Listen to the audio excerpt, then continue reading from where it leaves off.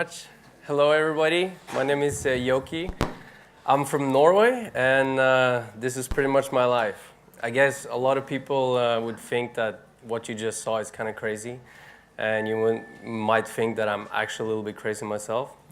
But the truth is that I'm just like everybody else, and I'm afraid of heights. And just standing here today gives me just as much kick as it does to jump off a cliff or anything. So I mean, this is actually my first speech, so don't laugh. Let's see here. So I guess we're a little bit delayed, so I should just get straight to the point. Growing up, a lot of people think, okay, how do you grow up and turn into become a wingsuit flyer? When I was a kid, I was always very adventurous. My dream was to become an astronaut. But unfortunately, as I was born in Norway, that's a little bit hard. And the more I grew up, you know, I always wanted to have fun. And I always wanted to, you know, push the limits, either if it was for my teachers, mom and dad, or whatever it was, jumping from cliffs or building tree houses with cable lines going in between different trees and stuff like that. So I was kind of like a rebellious kid, and the older I got, when I started school, I kind of slided off a little bit and become one of those, you know, that people say, oh, that's a bad child, he's gonna have issues when he grows up. And I even had my teachers, they said, when I think I was maybe 14, and they said straight out to the other teachers that, okay, we should no longer spend any more time focusing on Jokke because he's never going to become anything anyways. So there is kind of like no point of wasting your energy on it. And it's kind of like dangerous to say because you never know. And a lot of people are very, or especially society, are very focused on that you should follow the norms. And if you fall a little bit out of that, people will easily judge you. And judging kids can be one of the most dangerous things because you may actually ruin their future by talking them down or telling them that what they're doing is wrong. So anyways, we had a lot of fun in school, I would say. And the older I got into extreme sports. I was doing freestyle motocross, I was doing snowboarding and skiing, and I was having a lot of fun. And I mean, the extreme sports was pretty much what made me kind of put my focus on something besides just partying and doing bad things as a young kid. So the extreme sports was eventually what put me on the right path to where I am today. And without all the things I did in the past, I would maybe not even have started skydiving, because my dream was to start skydiving.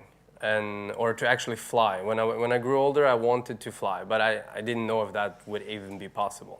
And especially when I was younger, when I said that to my mom, she was just laughing and, you know, how are you going to fly? No humans are flying. And the older I got, maybe when I was 18, I wanted to take the skydiving license, but none of my friends wanted to join. And as I was the type of kid that I didn't want to go and do it by myself. So I kind of put it on hold, and I was still doing the motocross and just having fun with that. And I eventually ended up getting a degree in graphic design.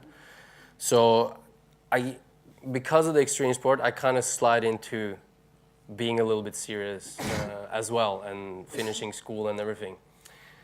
And then my friend one day, he called me. I was 21 years old, and he calls me and he says, hey, the only one I could think about that is crazy enough to join me is you. So he asked me, he just did a tandem jump, and he said, you know, I'm going to go and take my skydiving license, and he wanted me to join. And I said, of course, dude. I've been waiting for this phone call for 3 years. And why didn't you call before? And I went for it. I joined him for the skydiving course, and I got hooked immediately. It was one of the most fun, amazing experiences I ever done. And at that time, the job that I was working for, they were kind of having a little bit of issues. So they had to let a lot of people go, which was actually perfect for me, because then I didn't have, after those 2 years as an apprentice, they couldn't offer me a steady job. So that was actually a little luck, because at that time I started working as a kindergarten teacher. And you would think that, okay, kindergarten teaching is completely different than graphic design, but it gave me a lot more joy to work with kids, because I'm kind of like a grown-up kid myself. And playing with kids and everything, that was really going hand in hand with what I wanted to do in my life. And the good thing with working as a kindergarten teacher was actually that I could always take time off whenever I wanted to. So if I worked, for example, a month, I took 2 months off. And I did this just because I loved the sport of skydiving so much, and I needed to train to achieve my big dream of becoming a base jumper. And yeah, after that, I pretty much, I went for that dream. I worked in the kindergarten teaching for about a year. And then I unfortunately had to say goodbye to the kids, and I said I have to go and chase my dream. And now I'd saved up enough money to just go chase it. And after doing the skydiving, my dream became turned into becoming a base jumper. So by the time being, I was doing this, and I moved to Switzerland, actually, to Wengen. And in the wintertime, I worked as a ski instructor and snowboard instructor. And at the same time, while I was doing that, I could jump. So I worked maybe three hours a day, and then the rest of the day I was jumping. And it worked perfect for how I wanted to live my life. But it was never something I would imagine that I could become rich on, or become having that as a job. It was more just because I really loved it so much that I wanted to work as little as possible to have as much fun as possible. Because that has always been my philosophy. It's like, life is supposed to be fun, and you can't have more fun than stepping off that cliff. So the beginning of my career, it was actually, I had a lot of luck there as well, because YouTube was kind of starting to grow more and more. And the only wingsuit video that you could find on YouTube at that time was a segment from a ski movie, which was really extreme. And when I looked at it, I always thought to myself, I never want to do anything like that. I want to base jump, but I don't want to fly. Like you see on this picture, flying over buses and going in between trees and stuff like that. It was always something that I kind of looked at as completely nuts and dangerous. But for some reason, you grow into it and you become more and more comfortable. And YouTube was actually, I started uploading videos on YouTube simply to entertain my old friends. Because a lot of them were, they kept their jobs, and they kept growing older, and they were interested in what we were doing while we were traveling. And I started uploading these videos just to please them. But because of YouTube starting to grow, and because of the wingsuit phenomenon starting to be a lot more interesting for people, because a lot of people have a dream of flying. I guess a lot of you would want to experience that. If I would tell you right now, let's go and do it. Of course, you can do it out there in the virtual reality perspective, which is great actually. But I mean, everybody wants to maybe try this one day in their life, but they don't do it because it's dangerous, which is obviously. But because of that, a lot of people, they started to watch these videos, and it became a phenomenon, and it became something that, just like you see today on Facebook, all these crazy videos of either people getting hurt or things like that. When it comes to wingsuit videos, people are always looking at it with big eyes. And that was actually the chance I had to build my name. So after a while, I created a Dreamlines, or a series of wingsuit videos called Dreamlines. And it was nothing like it on YouTube before. So it was pretty much just me and my friend jumping off of cliffs and having fun and filming it from, first of all, my perspective and also his perspective. And the Dreamline series actually turned out to become pretty much my baby. Like, the one you saw now is a smaller cut of Dreamlines 4. And this is from, I don't know, 1 or 2. So what happened here was that I started uploading these videos of the Dreamline series. And the first one had maybe 1.5 million views, which at that time was big.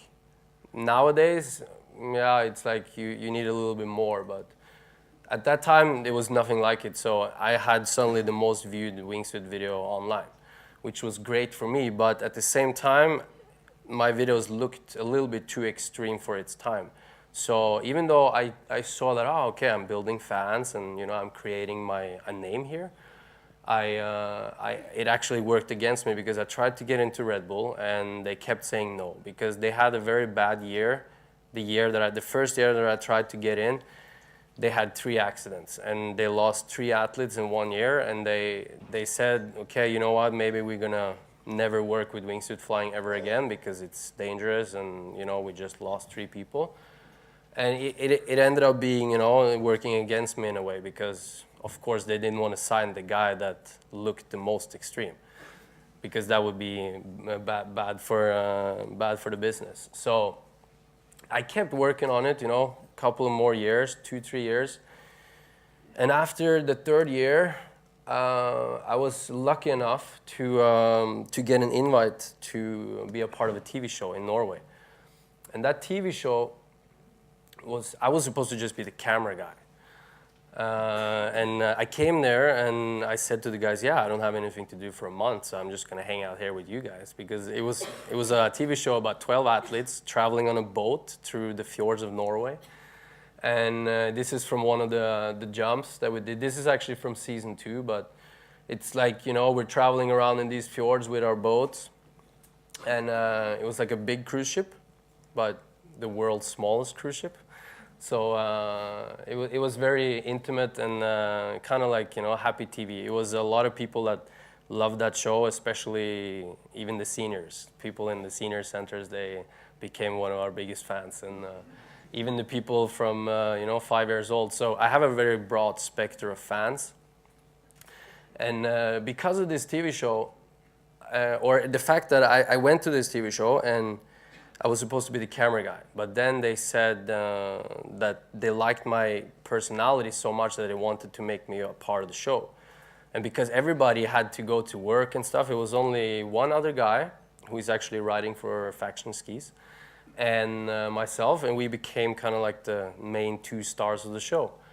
So after we were filming and things were starting to, getting released, I did a flyby in this TV show that was pretty much 3 hours before the last day of shooting. So we had been shooting for 6 weeks, and this was the absolute last 3 hours. And it had been bad weather, and I knew that, okay, maybe I'm not going to be lucky enough to do my wingsuit part. But luckily, the weather opened up, and I got to do this stunt. And this stunt actually turned out to be ending up becoming very viral in Norway. So because of that, Red Bull Norway started to push Red Bull International to have me as an athlete. And luckily today I can stand here with the Red Bull hat and be a part of the team. So this is just a little part from that TV show. Let's see. It's in Norwegian, so don't care about what they say.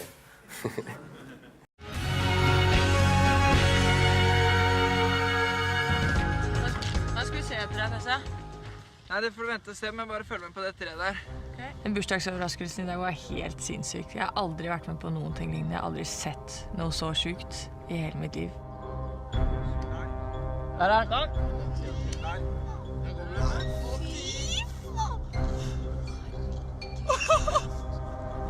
Det er så sjukt, det. Jeg ble jo skremt. Jeg fikk jo vondt i magen når jeg så de gutta komme inn, og følte at bare, shit, de er for nære.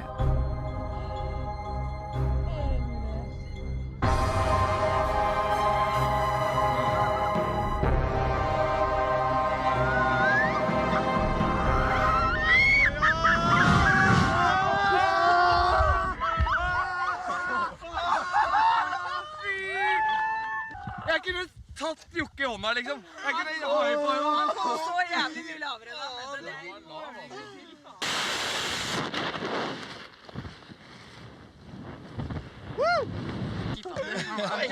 PC blir jo helt gira når han ser på dette her. Men det skjønner jeg. Altså, det er helt umulig å sitte der oppe på toppen og ha to personer som kommer flyvende i 250 km i timen og passerer deg under hodehøyde i 1 meter fra deg. Det er helt umulig å ikke miste pusten av det. So anyways, as it's Norwegian, there's no point to keep going. But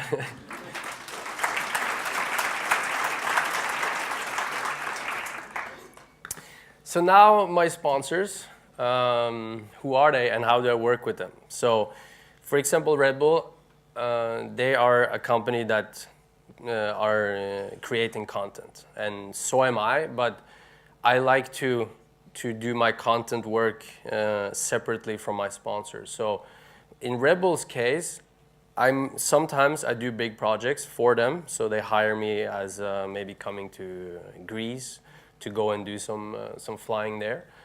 Or in general, I do my own projects and I wear their logos. So in Red Bull's sake, it's better for them to just pay me the normal fee and give me the brands that I'm wearing, and then I will go out and I will do my own projects and I will produce content with their name on it. But I like to keep, the content in my own ownership, simply because it's something that I want to bring on for the future. Because you can, for example, be a professional athlete, and a lot of times athletes get kind of used in a way because they go out, they do big stunts for their sponsors, or they do big things for TV or whatever, but other people own the content. And the people that gets rich is the one that owns the content. So in the end, it's like it's better to be your own type of businessman at the same time as you're promoting the brand. And the other ones who work with is GoPro. So everybody knows GoPro is one of the most amazing cameras in the world. So for GoPro, it's the same thing. I give them content that they can use in their social media, and content that they can sell to, for example, commercials. And then we have this deal where we get the cuts from whatever percentages of whatever they make on that specific content. And GoPro kind of revolutionized the sport or extreme sports in general.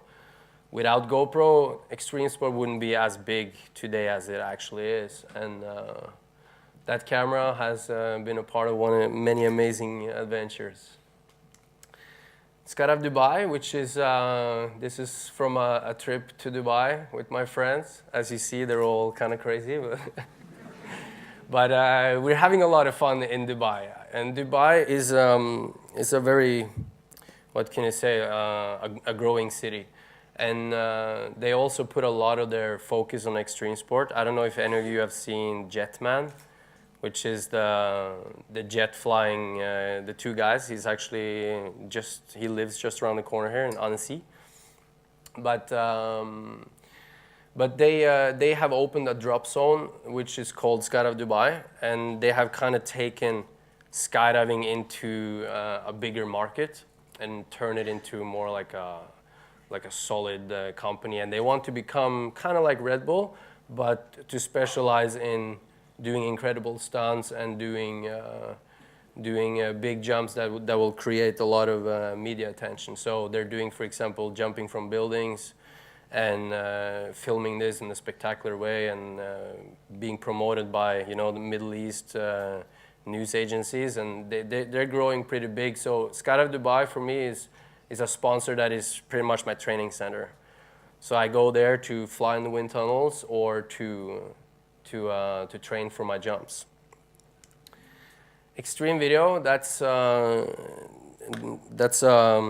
company that I work with, which is based in Biarritz, but also in Dubai and London.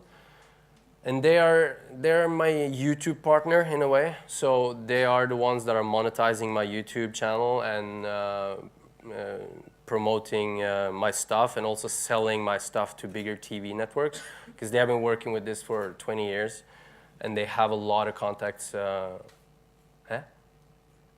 minutes left? Okay, let's move on then. So this is, for example, a documentary that we did for that Extreme Video is distributing. You know, I like to look at life as like an adventure game. You know that to get to the next level, you have to take some risk. We're getting in position over the bridge. That's been still focused. All right, let's go.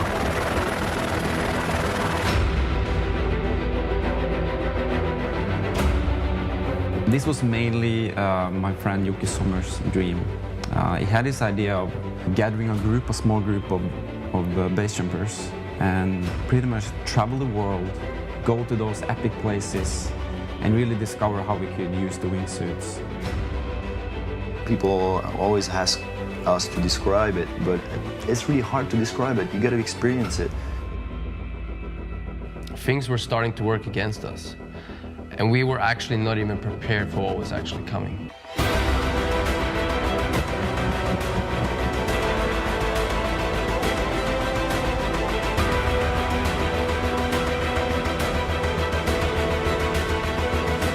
Are you guys ready? No, we're not ready. We are discussing the conditions. I actually filmed him going in. He impacted in the trees.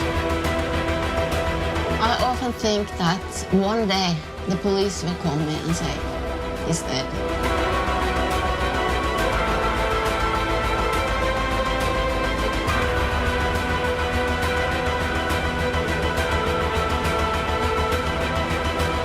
A little bit scary because I don't want my canopy to land like on the highway and then get snagged by one of those cars. That would be the end of it.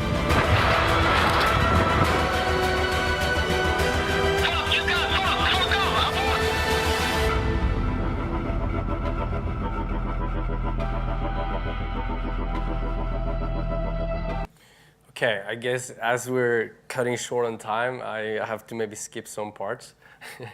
But anyways, this, for example, was a video I was going to show, which is about viral stunts. I try to do as many viral stunts as I can per year, because that's pretty much what builds your name.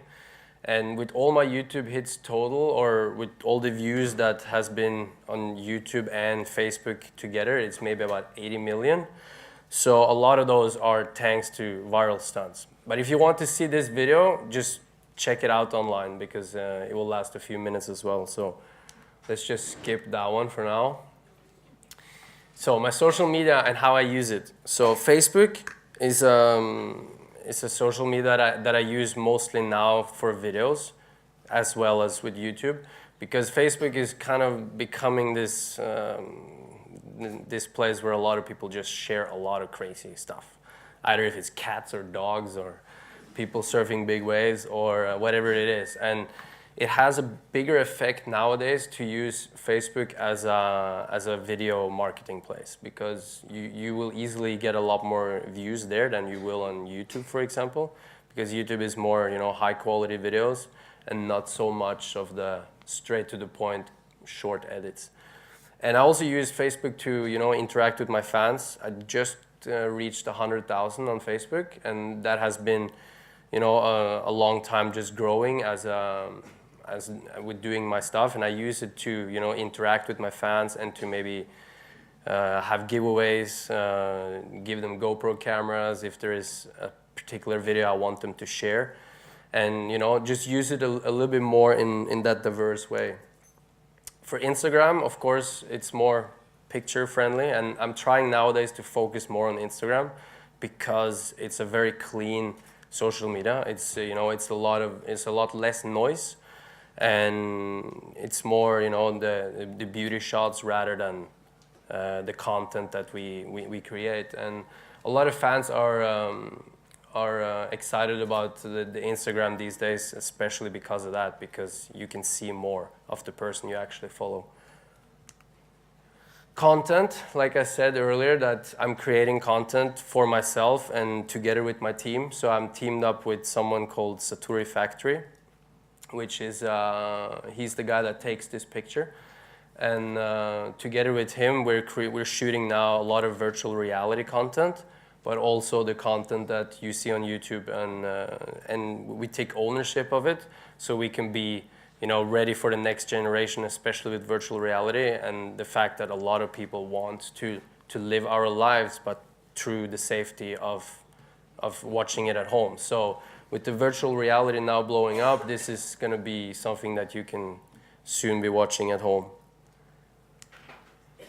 I guess now I only have 2 short videos left. Do you want me to play them, or?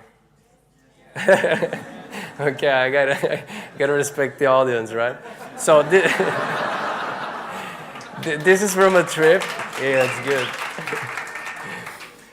This is from a trip to Rio de Janeiro. This is a new project that we just started doing called Free Fly the World. And it's pretty much us traveling the world in business suits, doing completely different things of what you're supposed to do with those clothes. But we're traveling the world, and we're having many different spectacular stops like Lauterbrunn, Rio de Janeiro, Pakistan, and a lot more interesting places to come. You think you were going to stop now?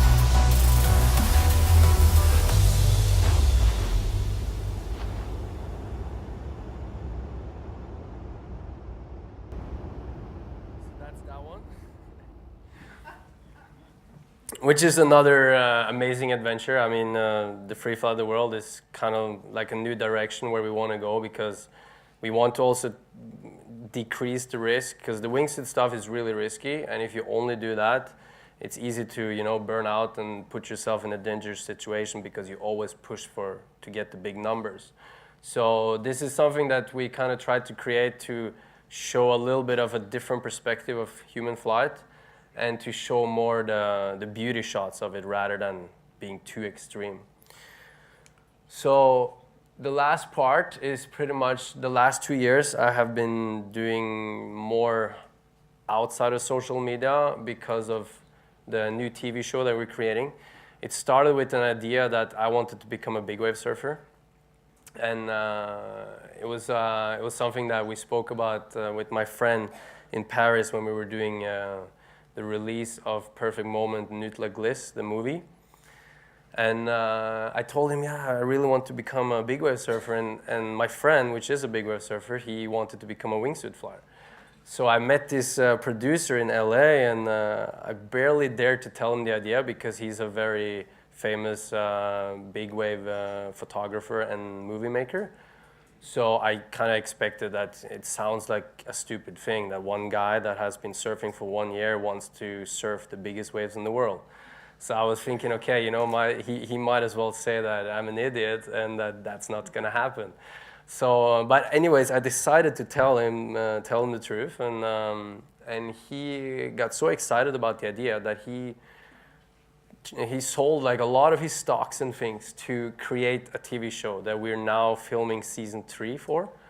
And we have been now traveling for 2 years, chasing this dream. Both of us have succeeded in both sports.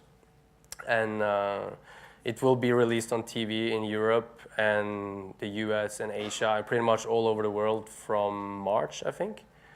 And you can definitely see it here in Switzerland on Inside TV, which is a new Ultra HD channel that is starting up, which is 4K footage.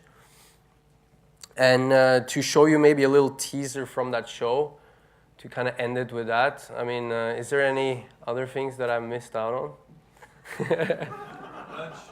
Yeah, you're hungry, right? That's the reason. Okay, but anyways, it's the last one, and then we can do some questions, and then you can all go eat. I know, but you guys are already late, and I'm not impressed because because Swiss people are usually on time.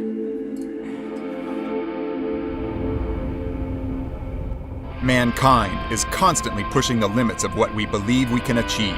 From courageous astronauts who let us touch the stars, to the modern-day extreme athletes who spark our imagination, these unique and inspiring human beings live life on the edge, searching for the next level of the human experience.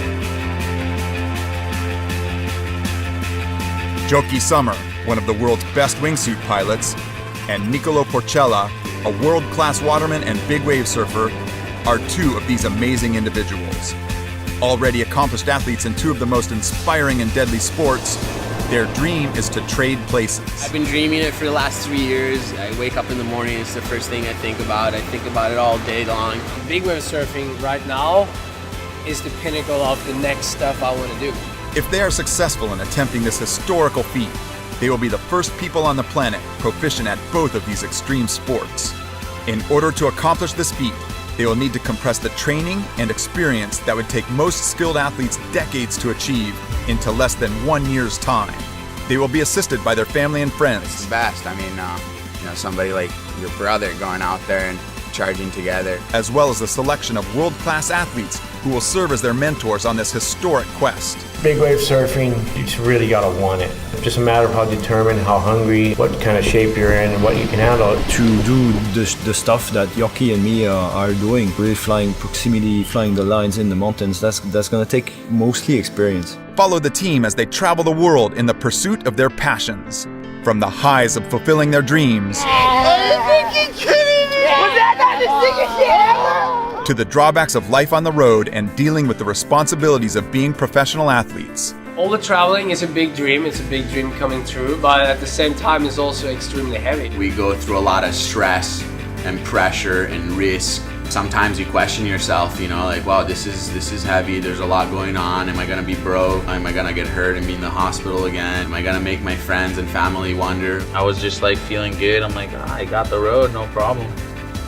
And I pitched too low. Everything can change the very next day.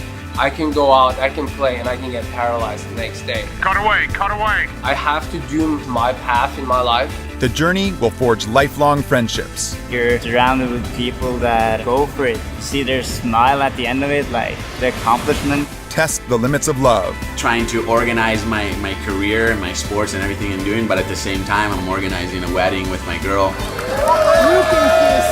She was kind of worried that I'm living this adventurous life, and you feel the pressure of figuring out what you want. And for some, exact the ultimate toll. What happened? What were the options? What went wrong? When was the last chance to fix it? Unfortunately, in this sport, you become best friends with so many people, and the next day you can lose 3 of them. It's never going to be the same again. For most of us, we seldom have the opportunity to follow our dreams. For some, They are lucky enough to live their dreams every day. These are the modern explorers of our time. This is Liftoff.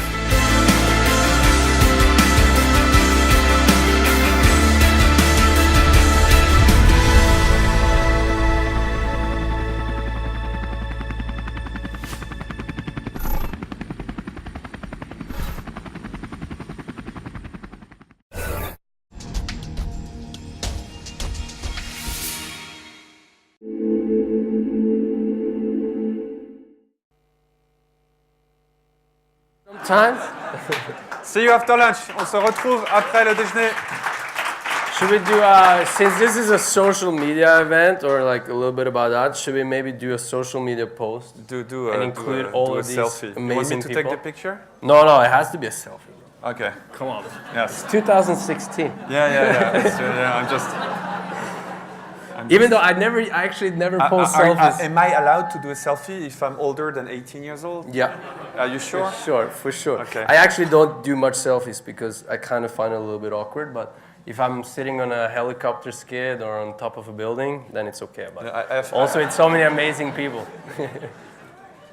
Okay, what should we do? Just a normal selfie? Bringing all the people in.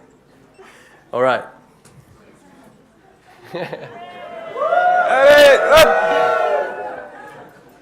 Perfect. Then I can post that later. Now you have to tag 350 people in your picture. I know. You should tag yourself in it. Thank you. Thank you very much.